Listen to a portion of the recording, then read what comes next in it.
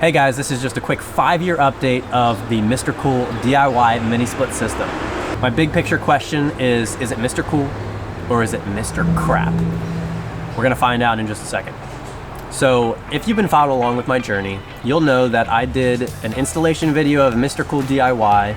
I did a 1-year follow-up review after I'd used it for a year. I did a 2-year follow-up review, and now we're at year 5. And after my first year update, I was feeling pretty confident. I had made a good decision.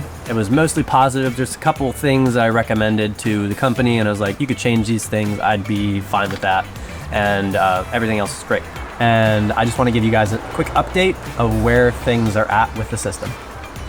Okay, so the first issue that I had was that the coolant levels were, I found out that they were too low in the system.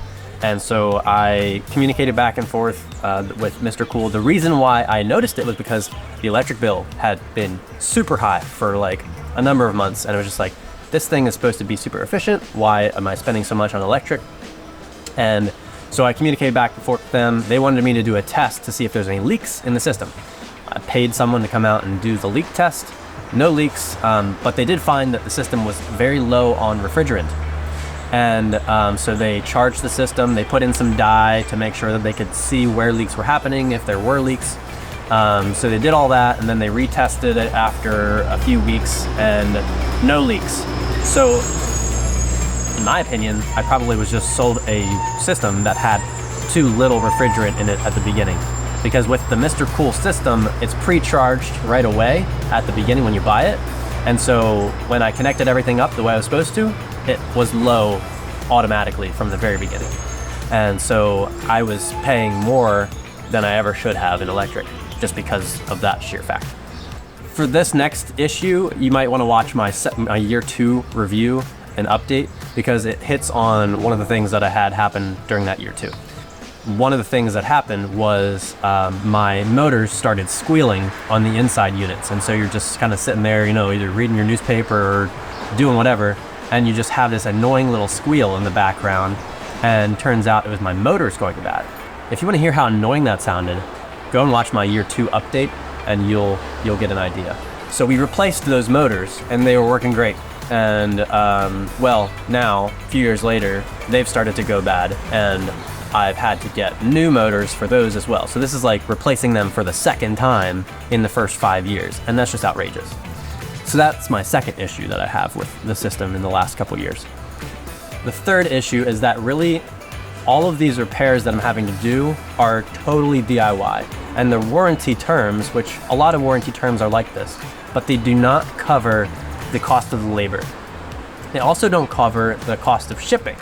So all of these repairs that I keep having to do on the system, I'm having to pay not only the labor cost of doing it or doing it myself, I'm also having to pay shipping and handling. And the shipping and handling for things that are heavy are a lot more than, you know, typically what you would pay for a package to be shipped. So I'm paying like $20 or $30 per item to be shipped to me.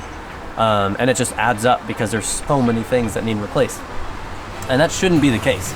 And I am terrified of when the warranty period expires, because I feel like they know why they've only allowed their warranty to be 5 years on parts, 7 years on the compressor, and I'm afraid that when I get to year 7, I'm gonna have my compressor go out and have to basically replace the whole system.